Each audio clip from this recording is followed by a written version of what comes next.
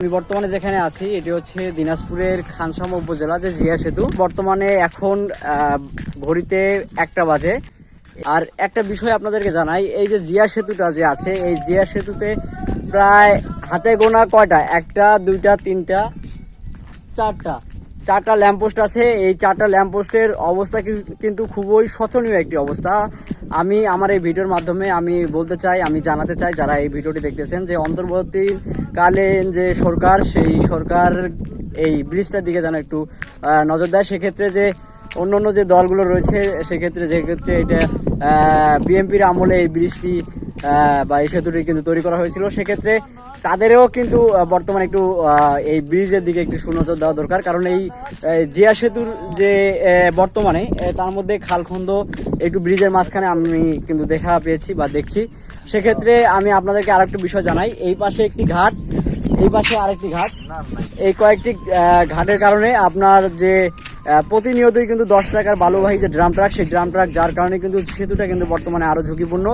এবং এই সেতু শুধু নয়, দেখেন আমি মনে হয় খাদে পড়ে গেছিলাম, এই যে অল্প জন্য পড়ে, দেখেন এখানে কি খাটটা হয়েছে, এই যে দেখেন, এই দেখেন এখানে যে আপনার যে ভাঙনটা দেখা দিয়েছে, সেক্ষেত্রে আপনার বর্তমানে যদি এটা সংশোধন করা যায় না, ঠিক যদি না করা যায়, সেক্ষেত্রে কিন্তু ব্রিজটির অবস্থা খুবই শোচনীয় হয়ে দাঁড়াবে। এবং আমি শুধু এই ব্রিজ না, এই খানসামা উপজেলার যে আপনার খানসামা থেকে টেক্সটাইল যে সড়কটি, সেই সড়কেও কিন্তু আপনার 10 টাকার বালুবাহী যে ড্রাম ট্রাক, সেই ড্রাম ট্রাক চলার কারণে কিন্তু রাস্তা কিন্তু এখন বেহাল দশায় পরিণত হয়েছে। আমি আপনাদেরকে জানাচ্ছি বা দেখাচ্ছি যে এই যে বর্তমানে সেতুটা, সেই সেতুতে যদি রাত্রিকালীন বা কেউ এই কোনো ব্যক্তি যদি তার কোনো এক গন্তব্যে যাওয়ার উদ্দেশ্যে কিন্তু বের হয়, সেক্ষেত্রে কিন্তু আপনার এই যে অন্ধকার, এই অন্ধকারের ভিতরে কিন্তু আপনার যে কোনো একটা দুর্ঘটনা ঘটে যেতে পারে। বলা তো যায় না কথা, কারণ কার মনে কোন উদ্দেশ্য নিয়ে, সবাই তো বাসা থেকে একই উদ্দেশ্য নিয়ে বের হয় না।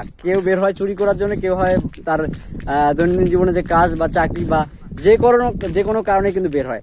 কেউ সদ উদ্দেশ্য নিয়ে এবং কেউ কিন্তু মন্দ বা খারাপ চিন্তা ভাবনা নিয়ে কিন্তু রাস্তায় বের হয়।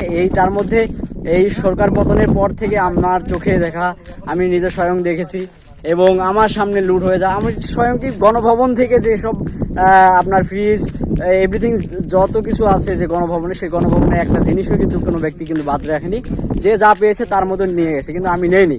এটা হচ্ছে আমাদের রাষ্ট্রীয় সম্পদ। কিন্তু আমি আপনাদেরকে একটা বিষয় জানাতে চাই যে এই যে কে কার উদ্দেশ্য বা কে কার মনে কোন উদ্দেশ্য নিয়ে রাস্তায় আসবে, সেক্ষেত্রে যদি এই যে জিয়া সেতু, সেই জিয়া সেতুতে যদি আপনার ল্যাম্পপোস্টের যদি ব্যবস্থা করা হয়, আমি দেখেছি পার্শ্ববর্তী উপজেলা কাহারোলে, সেই কাহারোলের ছোট্ট একটি ব্রিজ হলেও ল্যাম্পপোস্টটি এত সুন্দর যে দেখা যাচ্ছে রাতের যে ভিউটা, সেটা আসলে অনেক সুন্দর একটা পরিবেশ, যেখানে রাতে কোনো ধরনের ভয় বা কোনো ধরনের কোনো কিছু কাজ করবে না। এবং ব্রিজে উঠলেই যে একটা মনোমুগ্ধকর যে ল্যাম্পপোস্টে বা চাঁদের আলোর মতো যে ব্রিজটি দেখা যাচ্ছে, সেটা কিন্তু এই জিয়া সেতুতে কিন্তু দেখা মিলছে না। এবং তাই যারা এই বর্তমানে এই দায়িত্বে আছেন, আমাদের উপজেলা নির্বাহী অফিসার, এবং তিনি যদি এই রাস্তাঘাট এবং এই সেতুটার দিকে একটু সুনজর দেয়, তাহলে কিন্তু এই সেতুটাও কিন্তু অনেকটাই পরিবর্তন আসবে বলে মনে করি।